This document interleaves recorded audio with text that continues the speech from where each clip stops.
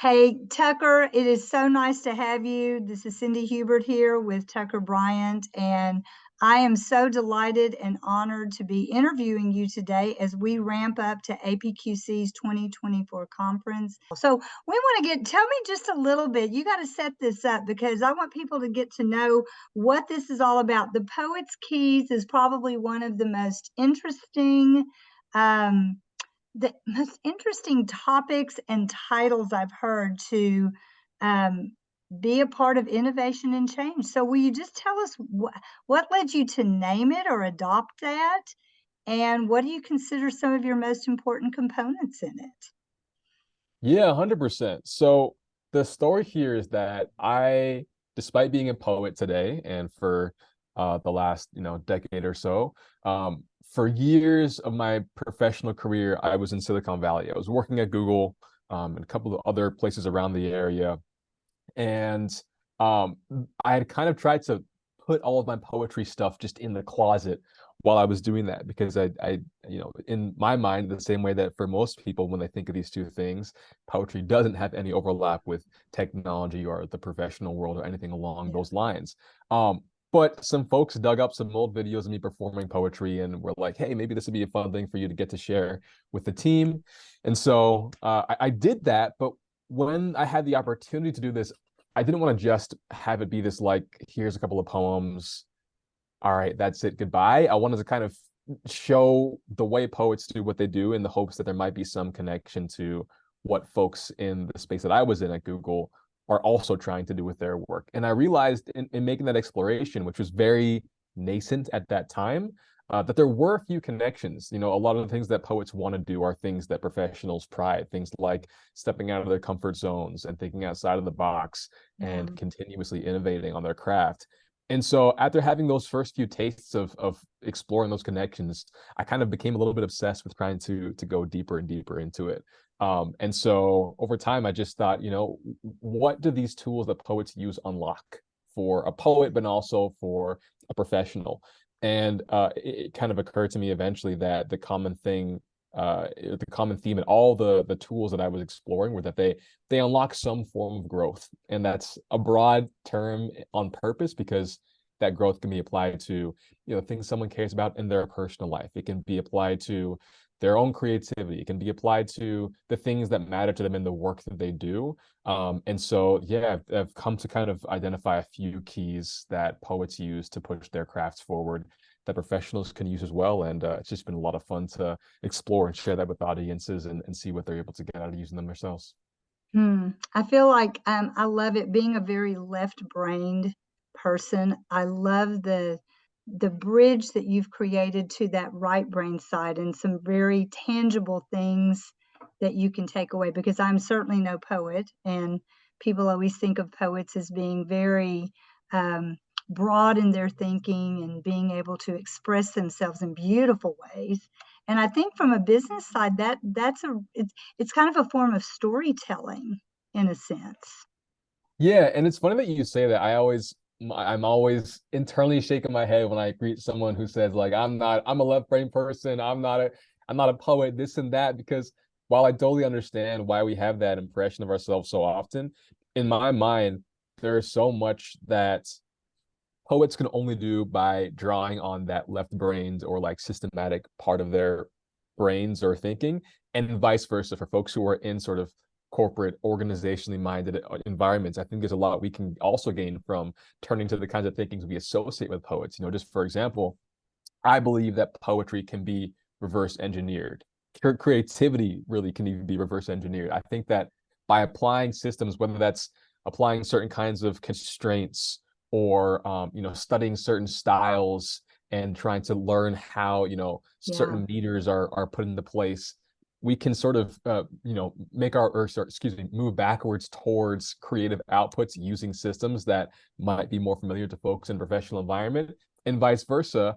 I think there's also in a professional environment a lot of benefit we get from being able to be in tune with our emotional intuition, which having to gotten to know you just like over the course of a couple of hours, I know you already are, and I'm sure enables you when you're listening to those sorts of voices and senses you might have about how things are around you.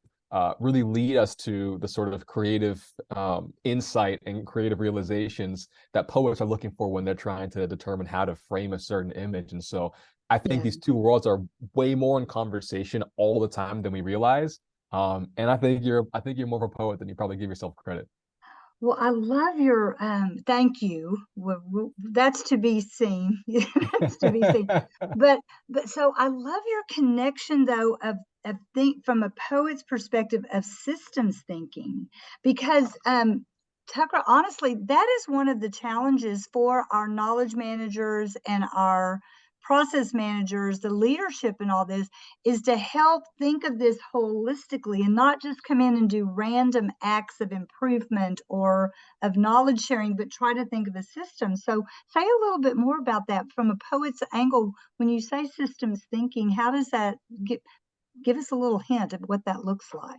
Yeah, 100%. And I love that you've brought up this term of sort of the random acts of innovation or improvement or Yeah. creativity, because the thing that I feel like I have been kind of trying to advocate against, if there is such thing I'm advocating against, is the use of creativity or innovation as a sort of fire extinguisher, right? Like more Yeah. often than not, we have some meeting or some competitor makes an announcement or something along those lines, and it leads us to say, oh man, we got to pull some stunt here, we got to just Let's do do something it. different.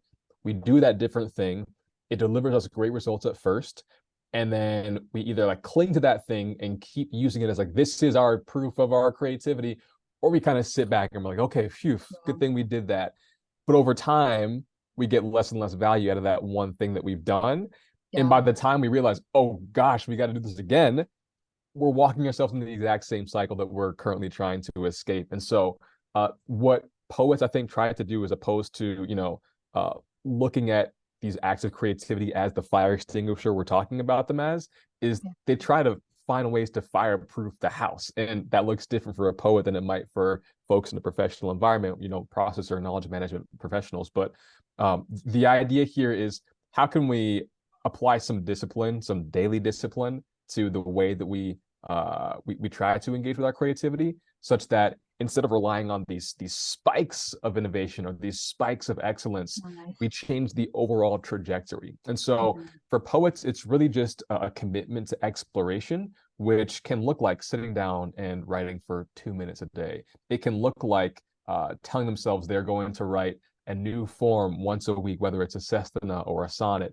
But it's finding these sort of external things that we can apply as structures to the work that we do, that enable us to say, all right, there's a map towards new forms of exploration, and we don't just have to kind of wait for ideas to fall out of the sky as a means of continuously exploring in our craft. Oh man, you're dispelling a lot of myths of those of us who think about poets and what you do. You are, because we think that you're just all of a sudden it just comes to you in the shower or wherever you might be, and there you are. So, I wish. man, I think that's going to be really something our audience is going to relate to, Tucker, a lot.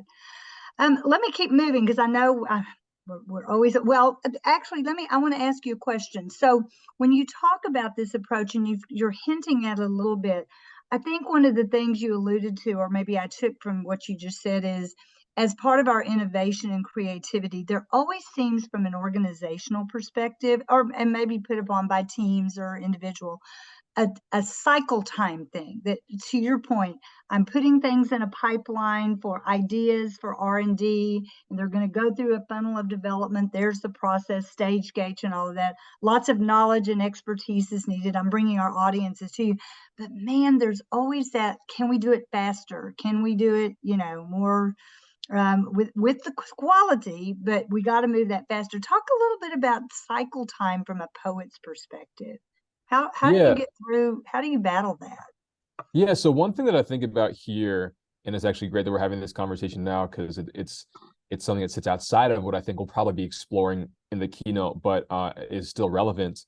Um, there's a it's a concept that I find a lot of poets find value in, which I refer to as imperfectionism, which sounds similar to what it means.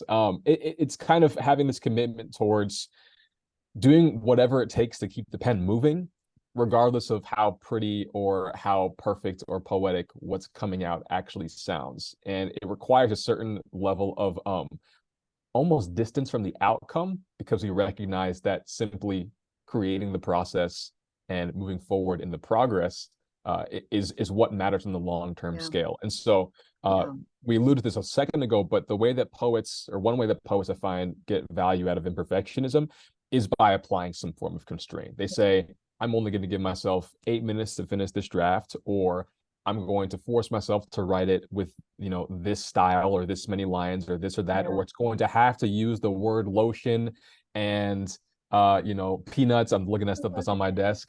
And they know that if they apply these constraints, it becomes less of an issue of, okay, which of these thousands of ideas do we have to pick out of the world to Nice. create this work? How can we just, use the constraints that enable us to say we have to move forward on this, whatever it takes. And so I guess the question that I'm going to be interested in hearing more about, and I'd be curious to get your perspective on this, is whether folks in this space do feel comfortable sort of applying constraints when it feels like there are lots and lots of different directions for us to go in a certain project. And Yeah. if so, those constraints I find can help us, continuously push those projects that we're on forward. Yeah. You just, man, you just get, so I'm going to tell you what I just learned is you look at constraints in a really positive manner. Like that's an opportunity to help you come in and focus. So I think our audiences, and I'm speaking broadly, so it's not everybody, but I think a lot of us don't, we look at constraints negatively. And so this is a great segue, because I wanted to ask you, we just got in both from the process management side and the knowledge management side, we just got in a survey we do every year looking at trends and priorities. And so this kind of takes us into our conference theme. You just talked about growth and and the connections and all of that. I want to talk a little bit about the change factor: connect, change, grow. I want to talk about change. One of the things that came through for both audiences is that there's just a lot of fatigue Mm. going on for change. There's a lot of things going on. Now, we in APQC, and I've been part of that conversation, have started kind of making some correlations. There's kind of three big forces that we're seeing impacting that fatigue and that change. And so these are, I'm mentioning them as maybe constraints or barriers, but I want to look at the opportunistic side. But the three are artificial intelligence, AI, and data privacy. That's now Mhm. coupling with that. It's not just the two. Organizational transformations. Yes, that's still all happening, whether you call it digital or structural or globally based, whatever it is. There's a lot going on there. And then there's always when you start looking at a little bit broader, just kind of the state of our world, the globe, social and global issues that are going on. Any thoughts you have about that and how we might use some of your concepts to get over getting comfortable with those constraints and Yeah, moving to change? 100%. I think the two things that come to mind um, are broad, but I think the breadth hopefully enables folks to uh, figure out how exactly in their particular context and where these concepts are coming up, these ideas are best applied. Obviously, there's a ton of change with things like AI and the organizational transformations that you're alluding to, and Yeah. with the social changes. And in those situations, in those moments of disruption, I think it's really common for us to take one of two reactions. One is to basically like bury our heads in the sand and, you know, cling to the way we've done things to this point out of a fear of uncertainty or fear of failure if we change things up, which is totally understandable. And like I'm guilty of that a lot of the time too. So that's not as like a pejorative thing, but that's just a reality. And then the other thing, as we've kind of described, is to kind of cling to or be overly reactive to the changes of the day and apply one or two things and not think about a broader change Yeah. management strategy, especially when we're feeling this fatigued. It's like it can be really tough to be willing to integrate that deeper form of change in the way that we do our work. But two concepts that I think are valuable in that kind of climate One is curiosity is such a hugely valuable tool to all of Oh, us in these moments. It's the willingness to continuously ask, what are the challenges that I know that I have that I haven't faced in a long time? What can be different in the work that I'm doing? Not necessarily to say that the changes that we recognize are possible, we will all put into action, but just every day, what's one question I'm wondering about, whether it's the tool that we use to run our meetings, or if it's how I'm collecting my data at the end of the week to get a progress dashboard, to get any of those questions that we can ask about what could change in the work that we do. We're planting a seed every time we ask that question for a change later down the line that could be helpful and keep us on this path towards continuous improvement. But then the other thing that I think is important, because you mentioned the fatigue that folks have with all the changes yeah, that they're facing, is even when we're feeling that fatigued, we have to not uh, shy away from our more absurd and outlandish aspirations, because when we're in that state of sort of trying to manage our fear or recognizing our anxiety or uncertainty about change, it can be really tough for us to think with the level of imagination that both in poetry and in the professional world can be helpful for pushing us forward in directions that we might not have believed to be possible in the first place.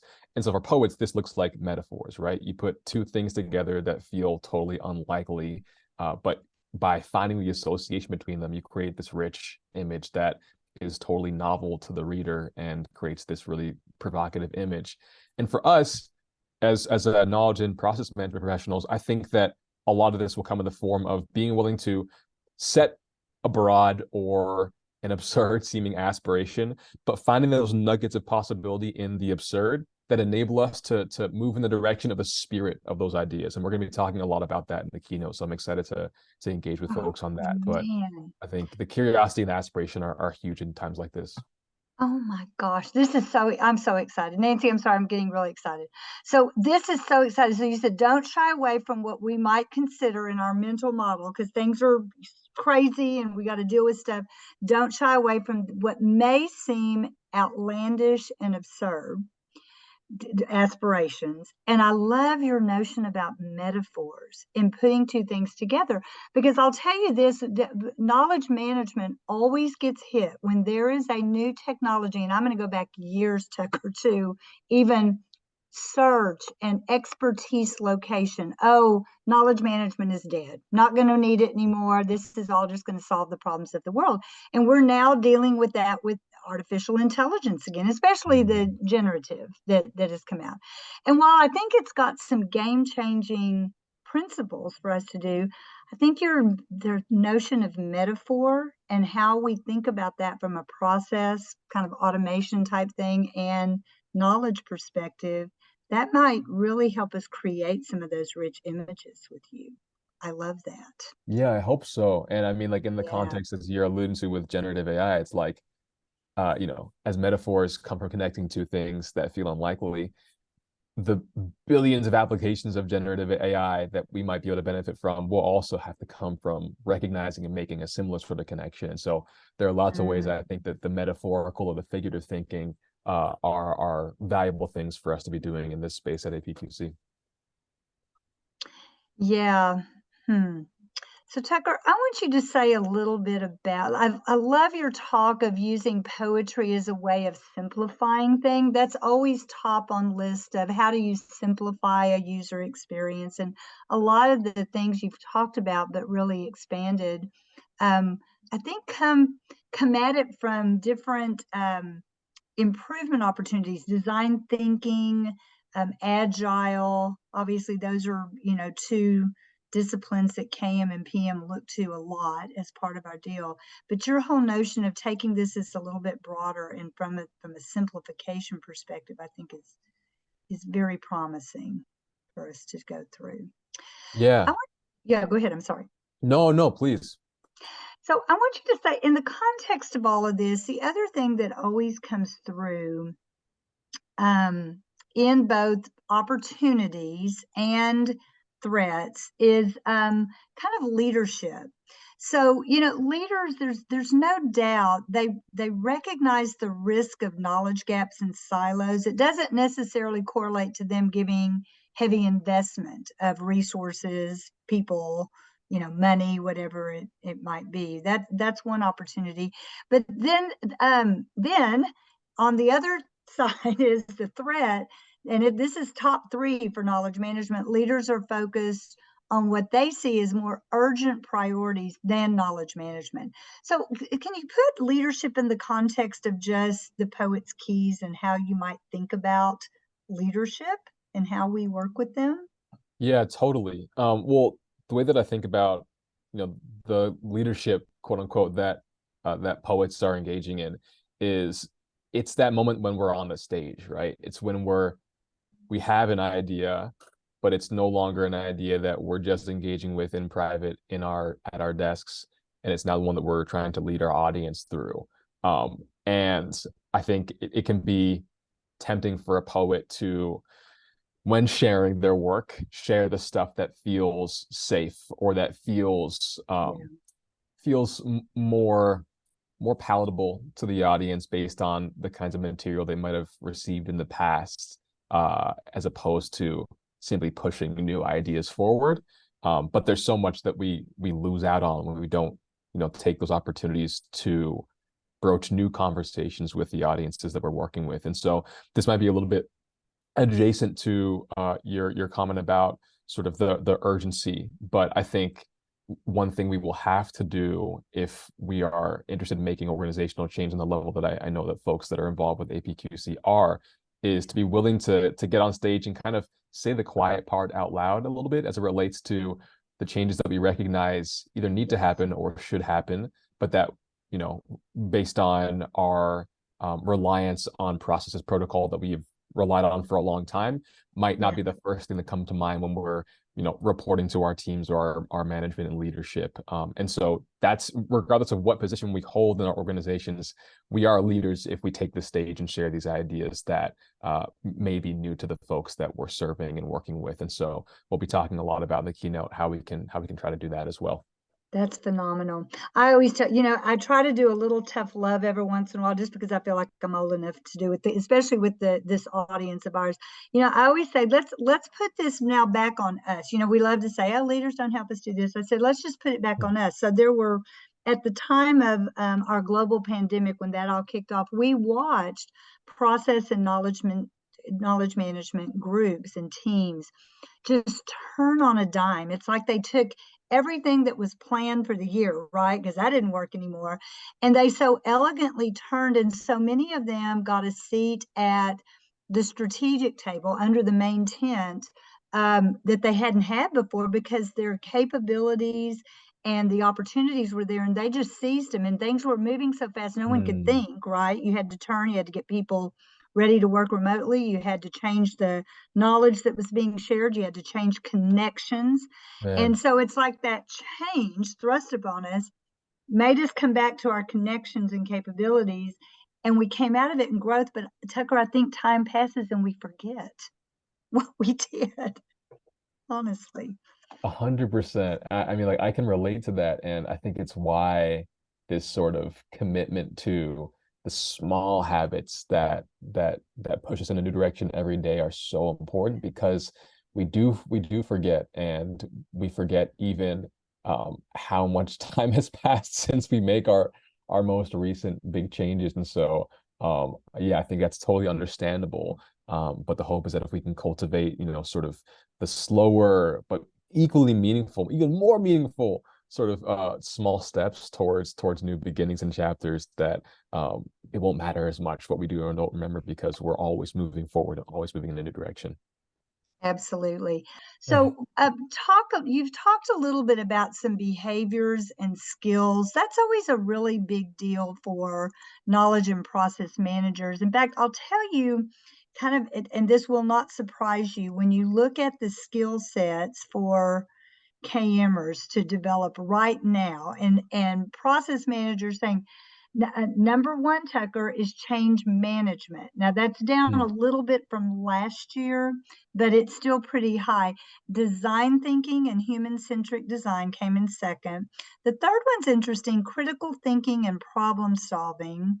So anyways, we've got those top skill sets. What else do you think is needed for us? I mean, what kind let me tell you this too. So I'm battling this a little bit. Maybe it's not battling, it's looking at the constraints. Is what you're seeing a lot that I'm reading about is what the skill sets are for AI. So prompt engineering seems, Mm, you being from Google probably know that much better. I mean, having worked with them much better than me, but that's like there's tons of postings for prompt engineer, knowing how to train your AI. So say a little bit about skill sets for where you're going, what you think is going to be needed and how poetry helps.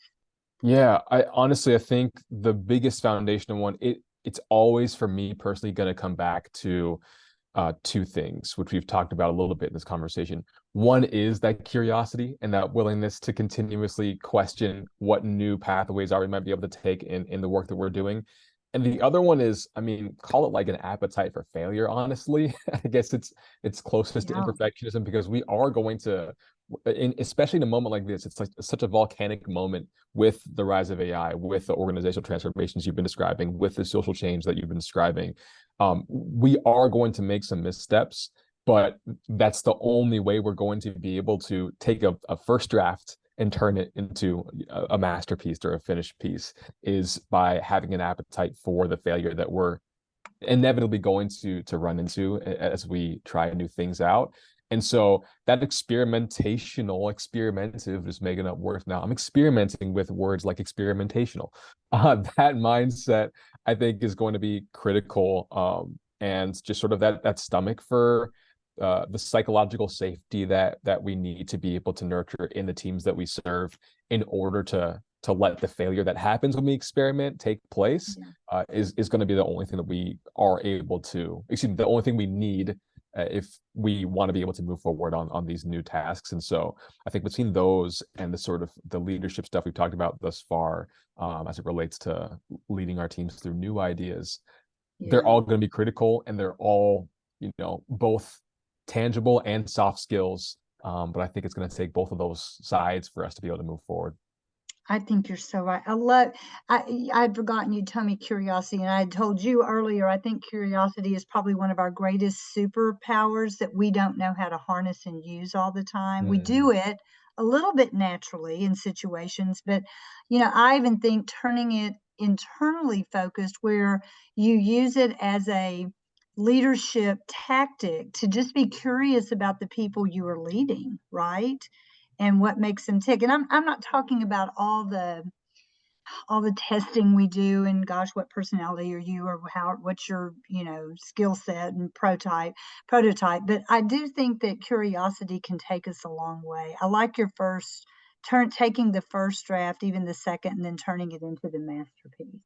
That's yeah, I mean, nice. we only do that by asking questions and by writing some, I'll tell you this, when I write a poem, more often than not, 95% of what's on the page is garbage trash, just terrible, terrible, terrible, terrible. It's really long and it's really awful and I hate it all. But somewhere in there, there's like maybe like one line, one phrase, sometimes like just a couple of words that I'm kind of like, that's not terrible. That's like okay, that's interesting.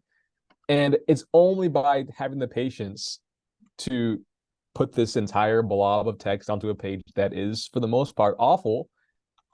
It takes that to be able to find the thing that's worth nurturing. And so having an appetite for that, so that we can find the ideas and the seeds of ideas that are worth watering and nurturing, it's Yeah. going to do huge things for us. And so I'm excited to hopefully get to encourage folks to move in that direction when we get to meet in May. Man, I think you will. I'll tell you this, you're weaving so many of these great themes that we've been talking about for months together. So, one of the things, going back kind of to the leadership focus, is um, you're going to have a ballroom full of highly passionate people about these two topics, some over the top passionate. Can't And wait to see that. and I say that lovingly. They inspire me. They literally inspire me enough that it takes me through the entire year and almost back to this point. And then I start talking to our people who are coming to support us, and I get excited all over again. So luckily, I got a good cycle here. But part of it is they come in there with the passion. And I think it's not only marrying that passion with the patience, but giving them the tools and the thought processes they need to help bring not the passion, because they get that going, but the patience to get to where they're going. To your point, 95% is garbage and trash, but somewhere there's a glimmer, and it takes that patience to keep propelling you forward. 100%. The way that I think about this paradigm is we have to have a balance in our work, whether that's a creative work or professional work, a balance of chaos and craft. Chaos is the divergent thinking, the piece. It's the coming up with the ideas. It's the not, censoring ourselves as we put the drafts on the page. It's the passion that your audience has. But once those ideas are there, it's having the willingness and the patience to craft a finished piece of art out of those, grimy seeds of ideas that we've dug into the dirt to find. And what I found is that most folks who I speak to, whether they consider themselves artists or not, they find themselves either spending more time in the chaos or more time in the craft based on what they're more comfortable with. And so the question is, like, if we are, as you're describing, really up on the passion and able to kind of get that excitement going about the work that we do, that's amazing. And now, how can we make a commitment towards the craft by asking ourselves what one thing is that we started that we can return to working on and revising, or one other piece that we can, instead of creating anew, spend more time with to nurture and turn into that finished piece of art. And so yeah, chaos and crafts, it's the only way we get to a finished piece of art. And it sounds like folks in your audience certainly have the first half down. And given that they're also process and knowledge management professionals, I'm sure that some of the systems thinking will come naturally as well. Wow. I'm going to tell you what, your movie trailer that you just did with me is pretty powerful. I'm excited. Sweet. Think about that. We went a little bit longer than the 30 or less seconds they gave us, but your concepts are just so point on. They're so good. I won't put you on the spot here, but I do want you to give us a recommendation for those of us who want to read a book on poetry but will you please give us a good recommendation? Yes. I'll give you one right now. It's Good. called The War of Art by Stephen Pressfield. It's all about how to sort of win the internal battles we all experience with our creative craft, which for some is poetry, for others is something totally else, but deals with these questions of writer's block and perfectionism that we all have to struggle to overcome as we're making process on the crafts we care about. So The War of Art.